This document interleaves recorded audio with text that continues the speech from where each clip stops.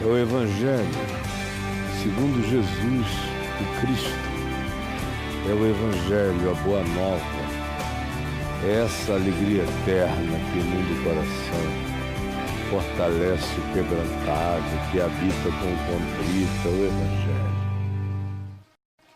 E hoje eu vou ler na carta de Paulo aos Efésios, no capítulo 4, do verso 17 ao verso 24, que diz assim: isto, portanto, e esse portanto evoca, portanto, o contexto que Paulo tinha dito antes, que era sobre dilatar Jesus, o conhecimento, expandir o entendimento, conhecer as coisas que estão para além do racional, mergulhar pela fé daquilo que excede a própria compreensão, aprender o significado da harmonia, da unidade, de seguir a verdade em amor, para crescermos juntos na imagem e na semelhança de Cristo Jesus,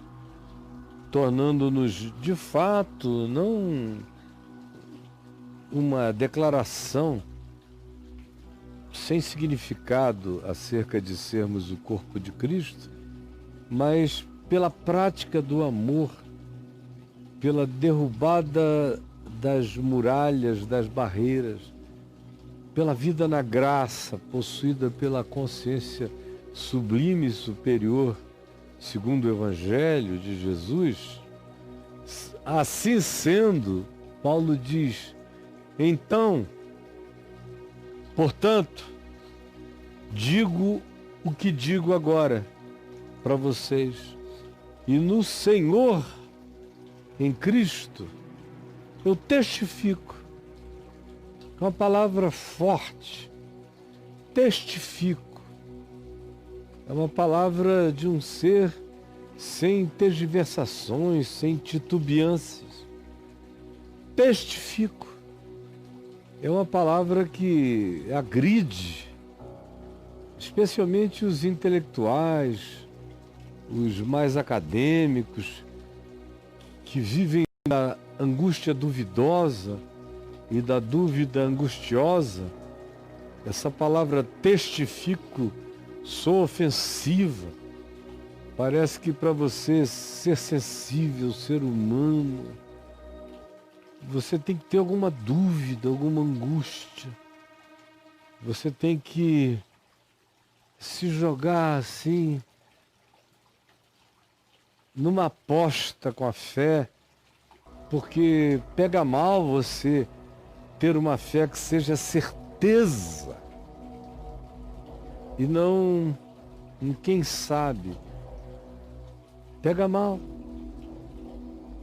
Não é cult. O que é cult é quem sabe as coisas são como a gente espera que elas sejam, e elas apareçam e se tornem conforme a nossa utopia projetada acerca das coisas que não existem, mas que as nossas utopias projetadas se realizem. É o melhor que se pode dizer, porque não é moderna, nem pós-moderna, e nem é da sociedade líquida qualquer certeza. E quem as tenha é tosco, é bruto, é presunçoso. É cult ter agonias duvidosas. E quem não as tenha, frequentemente é mal interpretado como arrogante, presunçoso. Mas a fé é a certeza das coisas que se esperam, e a firme convicção de fatos que se não veem. O resto é o modelo existencial dessa era, desse tempo líquido. Por isto, Paulo diz, digo, porque também é uma afirmação peremptória. Eu não peço licença, gostaria de dizer, eu acho. Não, digo, e no Senhor testifico, que não mais andeis, isso é possível, que não mais andeis como também andam os alienados, os que não têm nenhuma referência, os que não conhecem a matrix do Evangelho, o modal eterno da Boa Nova, que se traduz em amor, em compaixão, em justiça, em graça, em perdão, em inclusão, em misericórdia. Não andem como andam os gentios. Os gentios é que Jesus diz, só amam aqueles que os amam de volta, só toleram aqueles que são parecidos com eles, só defendem o direito daqueles que chamam de direito as mesmas coisas que eles convencionaram chamar. Os pagãos é que só dizem que está tudo legal para aqueles que sejam completamente a projeção moral das suas arrogâncias, dos seus supremacismos, das suas superioridades. Esses são os pagãos, segundo Jesus. Jesus disse, vocês têm que amar o inimigo e orar pelos que vos perseguem, para que vos torneis. É condição sine qua non, para que vos torneis. Essa é a evangelização de Jesus. Não a dos evangelistas da igreja que dizem levante a mão. Jesus diz, ame o inimigo e ore pelo que persegue você para que você se torne filho de Deus. Se torne filho de Deus. No meio dessa geração perversa, você se torne filho de Deus. Porque se amardes os que vos amam e tratardes bem aos que vos tratam bem, que diferença faz? Até os alienados fazem isso. Está no instinto animal, mamífero, predador que não se sente ameaçado, descansa e relaxa. Mas no Evangelho, o que se supõe é que se está dando um salto para além do tempo presente.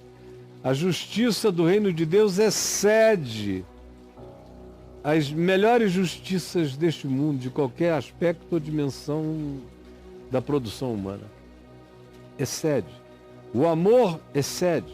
Eis que eu passo a mostrar-vos um caminho sobremodo excelente. Excede. Não é esse amorzinho de gosta de mim, gosta dele também. Isso aí é moleza. Isso aí não precisa crer em nada. Está no instinto relacional. Agora, o que catapulta você para uma outra dimensão é transcender o animal. É fazer o anjo ficar em perplexidade, que é amar o inimigo. E amar não é gostar da perseguição do inimigo, é desejar que ele seja transformado pelo amor, ao invés de ser fulminado pelo ódio. Orar por aquele que me persegue, não é para que ciladas sejam abertas e ele caia. É para que, enquanto me persegue, ele se constranja e passe a me seguir no caminho de amor e verdade, na vereda na qual eu caminho. O resto é animalidade, é bando de chimpanzés, também trabalham assim. Os gentios, os alienados são assim. Agora, o Evangelho tem que ir para além disso na vida da gente. Por isso não andeis como andam também os alienados do Evangelho. Como? Na vaidade, na oquidão dos seus próprios pensamentos. É tudo vácuo. O cara pensa de um modo hoje, de outro modo amanhã, muda de opinião, porque ele não opera por princípios. Ele opera por estímulos.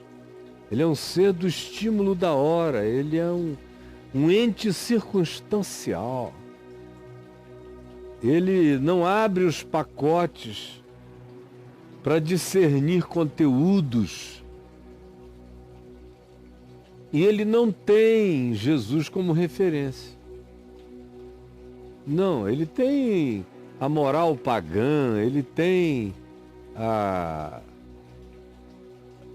tara na uniformização comportamental e social. Ele é tarado por isso, mas ele não tem o amor de Cristo aqui. Não é um prostituto, não é um pecador, mas ama meretrizes e pecadores. Ele não conhece isso. Só o Evangelho, entrando na gente, nos põe para além da lei, do legalismo, ou de qualquer que seja o ismo que produza esse condicionamento animal, que não transcende para além do entendimento imediato dessa geração que Paulo segue descrevendo. Não só que anda na vaidade dos seus próprios pensamentos, na luxúria, filhos do capricho da hora, do momento, obscurecidos, entrevados e nevoados no entendimento. A compreensão nunca alcança. É como quem vai andando na névoa, na neblina, não vendo nada.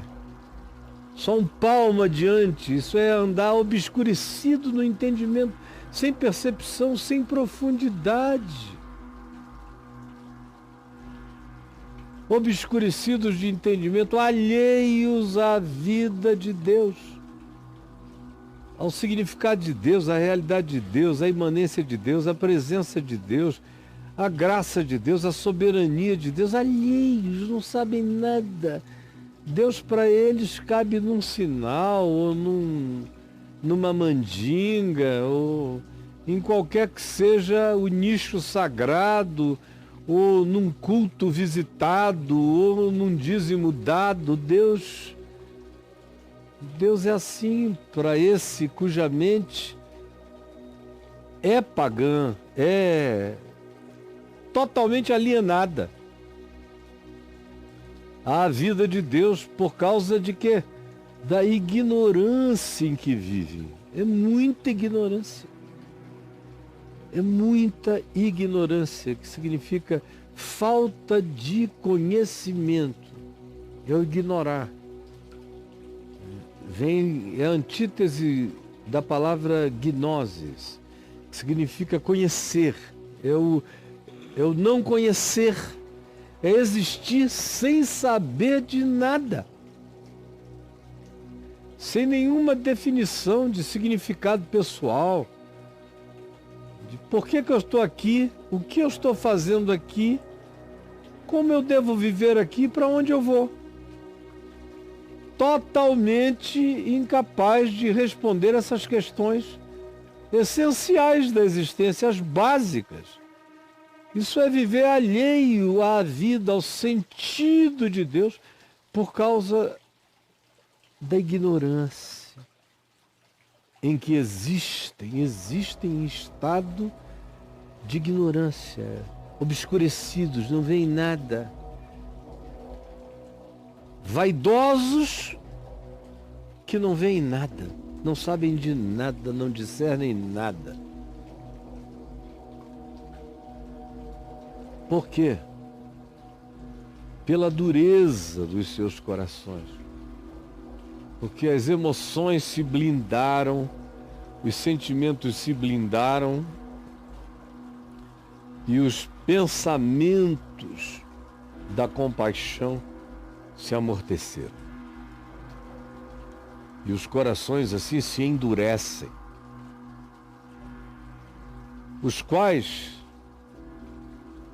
tendo se tornado insensíveis, olha só como é a viagem da insensibilidade, basta seguir a oquidão do capricho da pulsão que você chama pensamento, que é só o que me bateu na cabeça, melhor seria dito.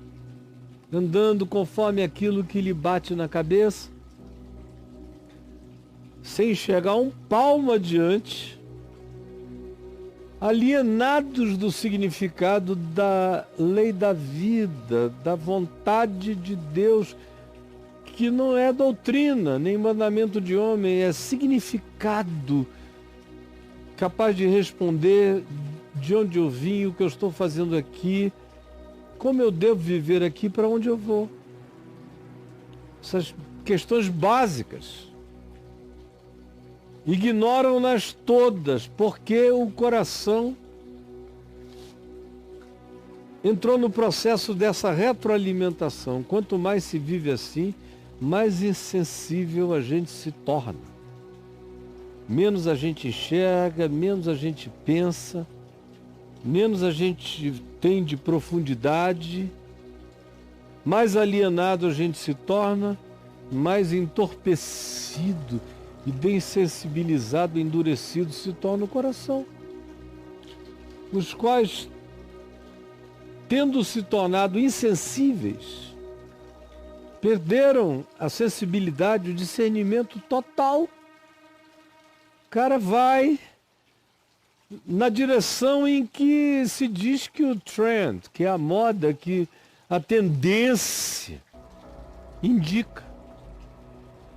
E ele não tem uma pergunta a fazer, ele só vai, ela só segue. E à medida em que se vai existindo assim, a vida vai perdendo a sensibilidade, absolutamente. A gente se torna insensível. Depois de um tempo, tudo é normal, a gente não carrega mais nenhuma capacidade de discernir. Os nossos incômodos no máximo se tornam aqueles vinculados a agressões ou violências, ou quase isso que a gente sofre. Do contrário, a partir do olhar para dentro, em relação às mentiras que a gente fala, aos enganos, aos pensamentos perversos que a gente desenvolve, tudo isso que habita a interioridade, o cara se dessensibiliza. Se ninguém estiver sabendo, tudo é válido no porão obscuro da minha maldade interior. E aí a gente se entrega à dissolução, para com avidez, com compulsão, ou como diz o texto grego, com entusiasmo, a gente vem a cometer toda sorte de impurezas, que no linguajar bíblico é todo tipo de abuso em relação ao significado original da vida. Aí você mergulha em todos os tipos de swing, de suruba, de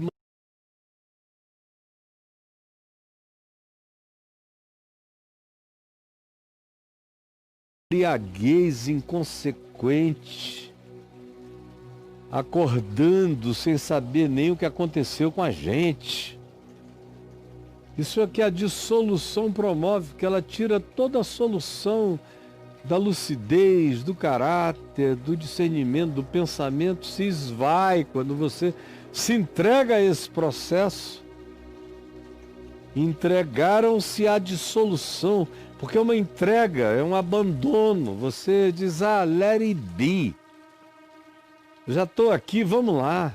E topa tudo. A dissolução topa tudo, e topa com avidez, com tesão, cometer todo tipo de desconstrução contra a natureza, a dignidade, o caráter do indivíduo, a individualidade dele e o respeito dele por ele mesmo se foram. Ele já não se encontra. Ele se liquefez. A palavra dissolução pressupõe liquefação. Perdeu a densidade. E com ela, muitas vezes, a identidade total. Porque quem pode manter uma identidade minimamente saudável vivendo nesse estado que conduz à dissolução, à perda da solução identitária?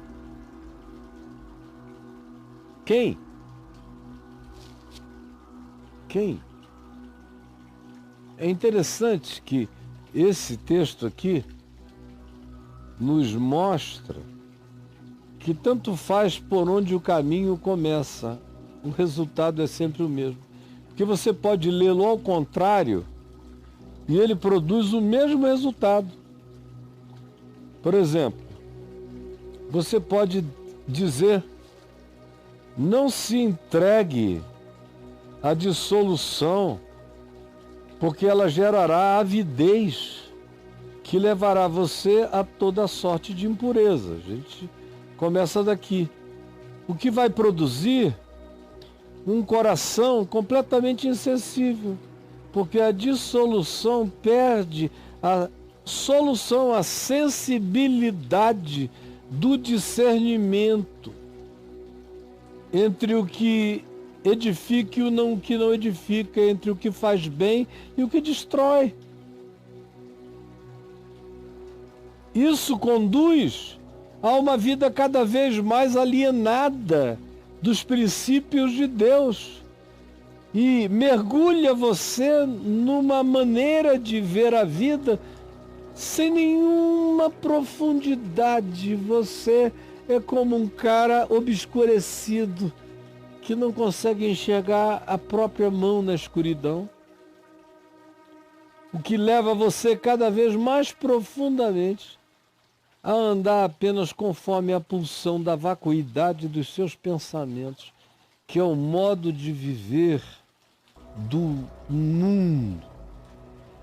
Eu não estou falando do mundo com os pensamentos da religião, não tenho nada a ver com religião, eu penso segundo Jesus, segundo o Evangelho. O mundo para Jesus, segundo o Evangelho, tem a ver com todo mundo que vive desse modo, esteja dentro da religião, fora da religião, se diga crente ou seja ateu. Viveu assim é mundo, é um gentio, que não é uma categoria para ser distinguida do ponto de vista racial, etnológico, ou de nenhuma natureza separatista, não. O gentio é uma categoria de alienação, são os alienados do conhecimento do amor de Deus, do que Deus ensinou em Jesus como objetivo e prática e significado da existência humana. Então, tanto faz se você vai de baixo para cima ou de cima para baixo, você chega no mesmo lugar. A saber, oco, pensamentos sem conteúdos, vida sem perspectiva, profundidade no entendimento, cada vez mais alheio do significado e do valor validador e significante do que seja a vida de Deus operando em nós e nos ativando para o que seja a vida de Deus na gente, o que nos remete invariavelmente para um estado de entorpecimento de coração, o que nos torna insensíveis, cada vez menos sensíveis, com cada vez menos capacidade, tanto de discernimento pelo que se vê, como o discernimento do que se sente.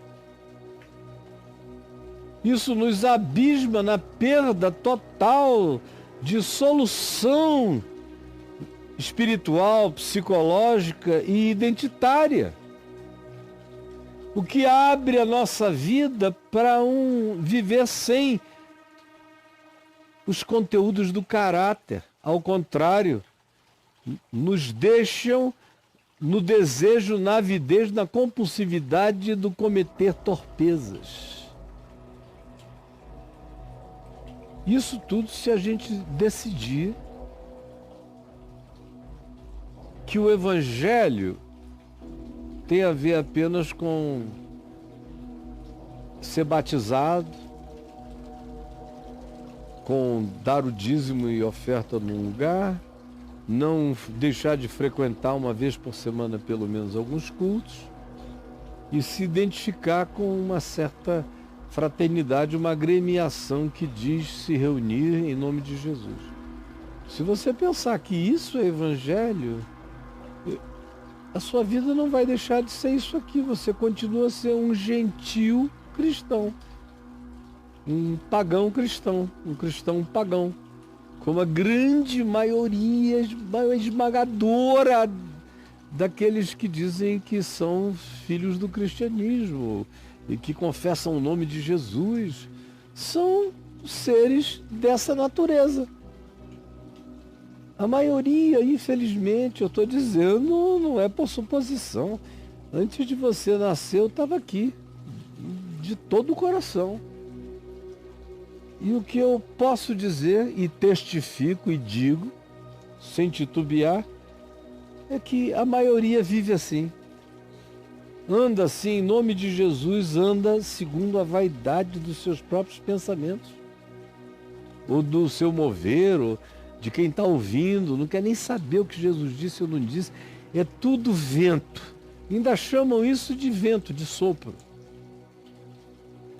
Vão andando e vão se jactando de terem novas revelações, novos moveres, mas é vaidade do seu pensamento.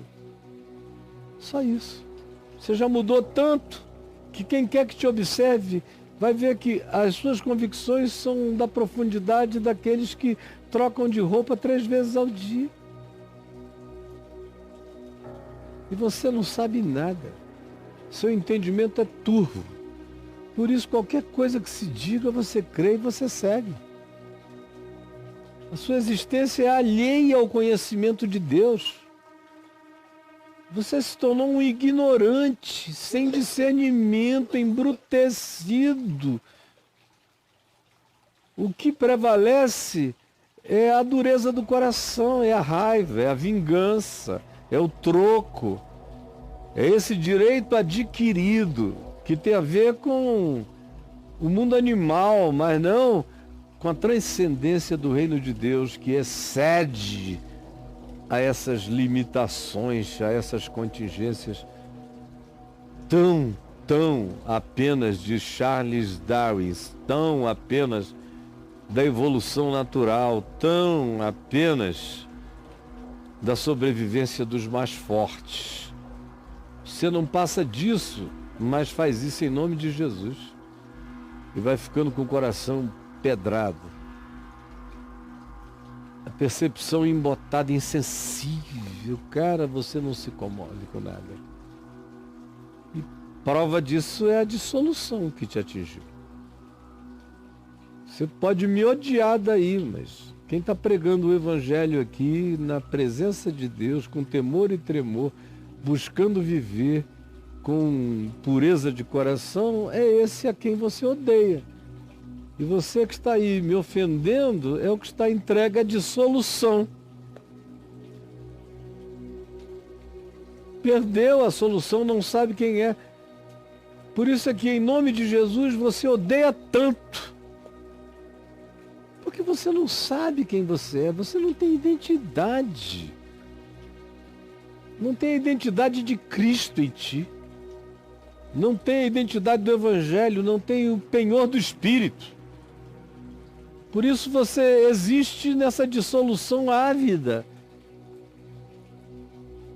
E a tua alma é tão cheia de desejo lascivo, de concupiscência maligna, como você sabe. No entanto, aqui se diz, Paulo prossegue, mas não foi assim que aprendestes a Cristo.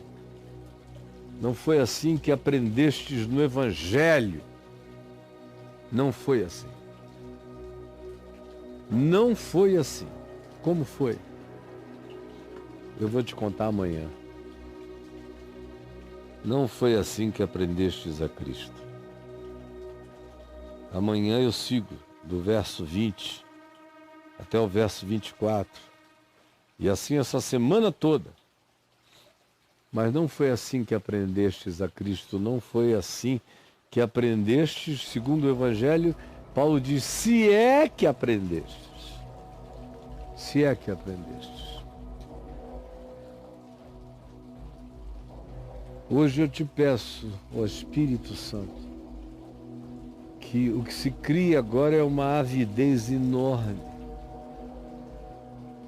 pelo desejo de conhecer o significado do Evangelho, que transforma a vida, que nos leva de animais ávidos, concupiscentes, insaciáveis, embrutecidos, insensíveis, sem entendimento espiritual, com pensamentos ocos, vazios, até ao conhecimento do significado do que é conhecer a Deus no mundo, na vida, o que é aprender em Cristo, o que é ter uma existência ativada pelo significado do Evangelho. E não essa que está coberta pela religião e vazia de Deus no coração. Por favor, coloque em nós a avidez pela iluminação do conhecimento da glória de Deus na face de Cristo. É o que eu te imploro, em nome de Jesus. Amém.